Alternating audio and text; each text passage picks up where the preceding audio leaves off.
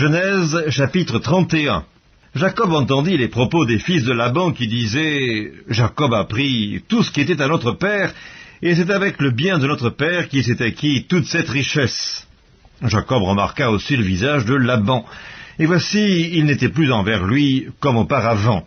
Alors l'Éternel dit à Jacob, « Retourne au pays de tes pères et dans ton lieu de naissance, et je serai avec toi. » Jacob fit appeler Rachel et Léa, qui étaient au champ vers son troupeau.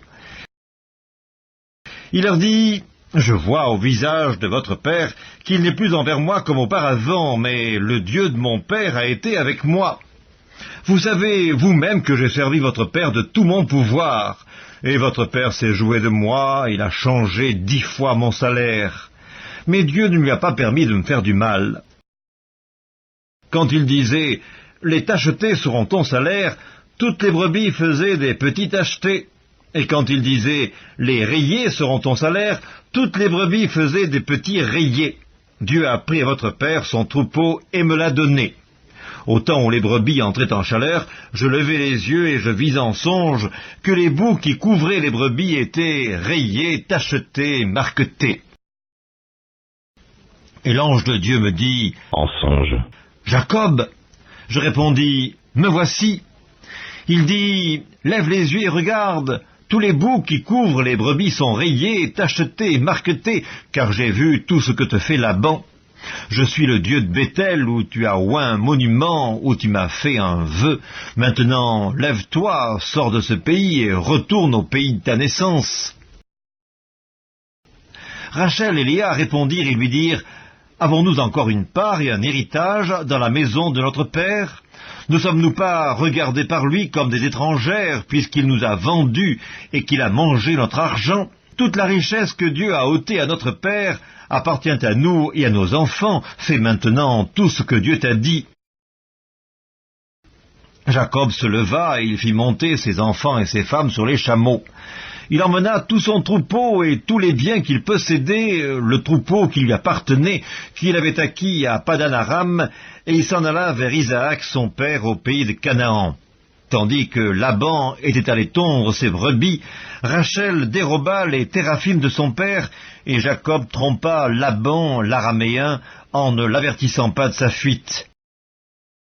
Il s'enfuit avec tout ce qui lui appartenait. Il se leva, traversa le fleuve et se dirigea vers la montagne de Galaad. Le 3e jour, on annonça à Laban que Jacob s'était enfui. Il prit avec lui ses frères, le poursuivit 7 journées de marche et l'atteignit à la montagne de Galaad.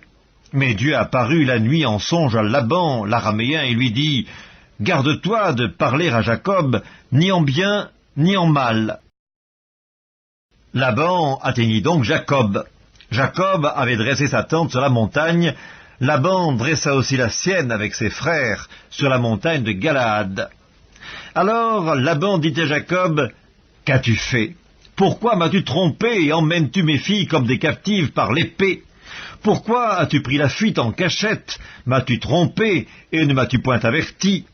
Je t'aurais laissé partir au milieu des réjouissances et des chants, au son du tambourin et de la harpe. Tu ne m'as pas permis d'embrasser mes fils et mes filles. C'est en insensé que tu as agi. Ma main est assez forte pour vous faire du mal, mais le Dieu de votre père m'a dit hier, garde-toi de parler à Jacob ni en bien ni en mal. Maintenant que tu es parti, parce que tu languissais après la maison de ton père, pourquoi as-tu dérobé mes dieux? » Jacob répondit et dit à Laban, « J'avais de la crainte à la pensée que tu m'enlèverais peut-être tes filles.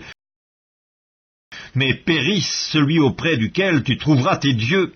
En présence de nos frères, examine ce qui t'appartient chez moi et prends-le. » Jacob ne savait pas que Rachel les eût dérobés.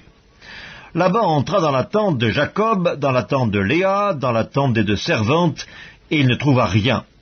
Il sortit de la tente de Léa et entra dans la tente de Rachel. Rachel avait pris les téraphim, les avait mis sous le bas du chameau et s'était assise dessus. Laban fouilla toute la tente et ne trouva rien. Elle dit à son père, « Que mon seigneur ne se fâche point si je ne puis me lever devant toi, car j'ai ce qui est ordinaire aux femmes. » Il chercha et ne trouva point les téraphim. Jacob s'irrita et querella Laban. Il reprit la parole et lui dit, « Quel est mon crime, quel est mon péché, que tu me poursuives avec tant d'ardeur? Quand tu as fouillé tous mes effets, qu'as-tu trouvé des effets de ta maison? Produis-le ici devant mes frères et tes frères, et qu'ils prononcent entre nous deux. Voilà 20 ans que j'ai passé chez toi. Tes brebis et tes chèvres n'ont point avorté, et je n'ai point mangé les béliers de ton troupeau.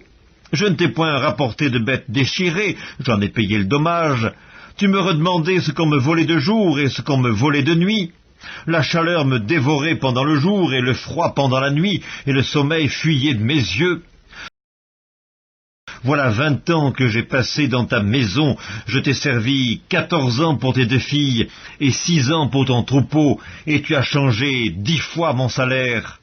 Si je n'eusse pas eu pour moi le Dieu de mon père, le Dieu d'Abraham, celui que craint Isaac, tu m'aurais maintenant renvoyé à vide. Dieu a vu ma souffrance et le travail de mes mains, et hier, il a prononcé son jugement. Laban répondit et dit à Jacob, « Ces filles sont mes filles, ces enfants sont mes enfants, ce troupeau est mon troupeau, et tout ce que tu vois est à moi. Et que puis-je faire aujourd'hui pour mes filles, ou pour leurs enfants qu'elles ont mis au monde?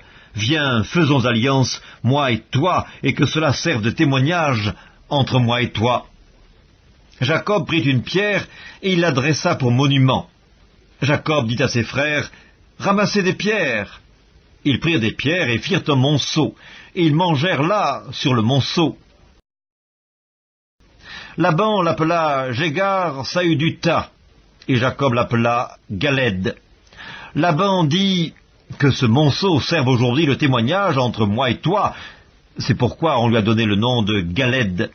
On l'appelle aussi Mitzpah, parce que Laban a dit que l'Éternel veille sur toi et sur moi, quand nous nous serons l'un et l'autre perdus de vue. Si tu maltraites mes filles, et si tu prends encore d'autres femmes, ce n'est pas un homme qui sera avec nous. Prends-y garde, c'est Dieu qui sera témoin entre moi et toi. Laban dit à Jacob, « Voici ce monceau et voici ce monument que j'ai élevé entre moi et toi. Que ce monceau soit témoin et que ce monument soit témoin, que je n'irai point vers toi au-delà de ce monceau, et que tu ne viendras point vers moi au-delà de ce monceau et de ce monument pour agir méchamment. Que le Dieu d'Abraham et de Nachor, que le Dieu de leur père soit juge entre nous. » Jacob jura par celui que craignait Isaac. Jacob offrit un sacrifice sur la montagne, et il invita ses frères à manger. Ils mangèrent donc, et passèrent la nuit sur la montagne. Laban se leva de bon matin, embrassa ses fils et ses filles, et il les bénit. Ensuite il partit pour retourner dans sa demeure.